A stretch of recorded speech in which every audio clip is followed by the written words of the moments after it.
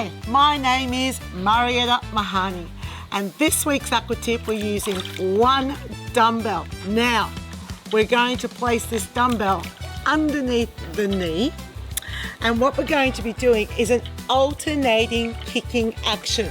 Yeah, all right. So what's interesting about this movement pattern is I've got to keep my body slightly forward to stay over the top of the dumbbell so I can stay in this position.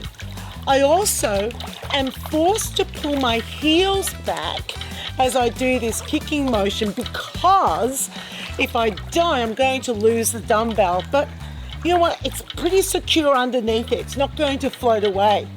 Now, I've got a few options here. I can skull my arms so that I stay on the spot, or I can keep doing this kicking action and travel forwards. I can kick and travel backwards. Very cool.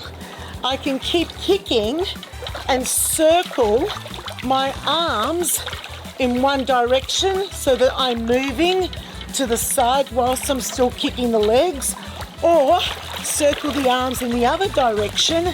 It does feel different depending on which way you're going.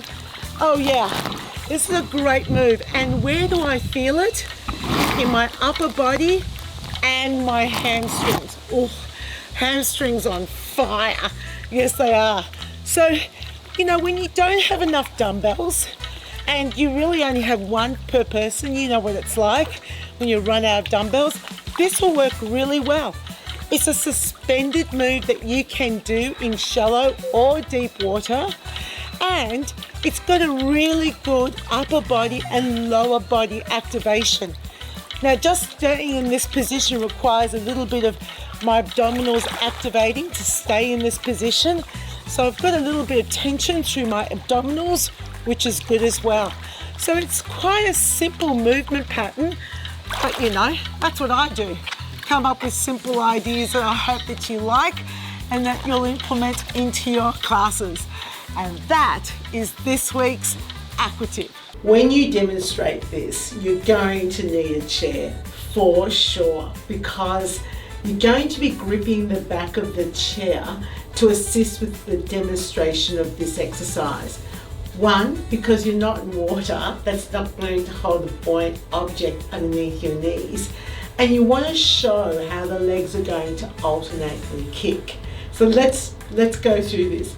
So obviously you tell your participants to place the dumbbell underneath one knee, and then I will hold the dumbbell with one hand, the same hand, and then hold the back of the chair with the opposite hand. And this is how I get to demonstrate that alternate leg action whilst I'm holding on. Then you need to communicate that they have to lean forward so they'll be able to keep the dumbbell underneath their knees so it doesn't pop out. I think for most people that's quite instinctive. However, there's some people who don't really have great proprioception in the water, so you might need to let them know that. But more importantly, as an instructor, you're not saying to your class, now make sure you keep your back straight, because they can't keep it vertical, they have to lean forwards.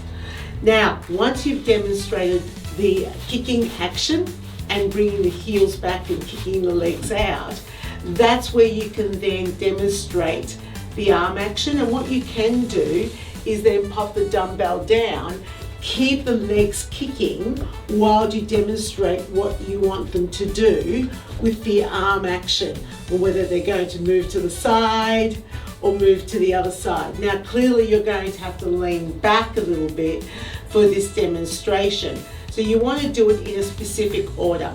First of all, dumbbell under the knee with the back of the chair. Get participants to do the alternate kicking action. Ask them to lean forward so they can maintain the dumbbell underneath the knee.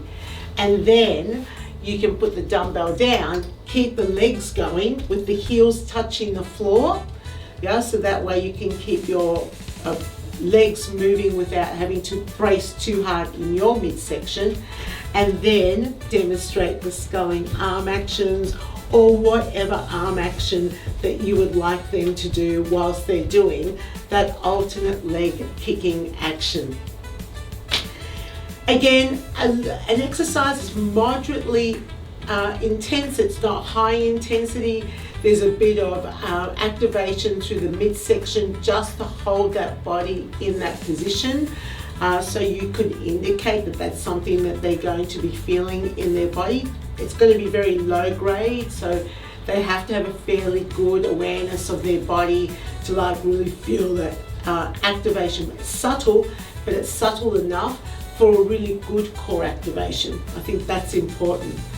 Anyway, that is this week's Aqua Tip. If you do enjoy these videos, go ahead, hit the subscribe button so that you know when the next Aqua Tip is launched out each week.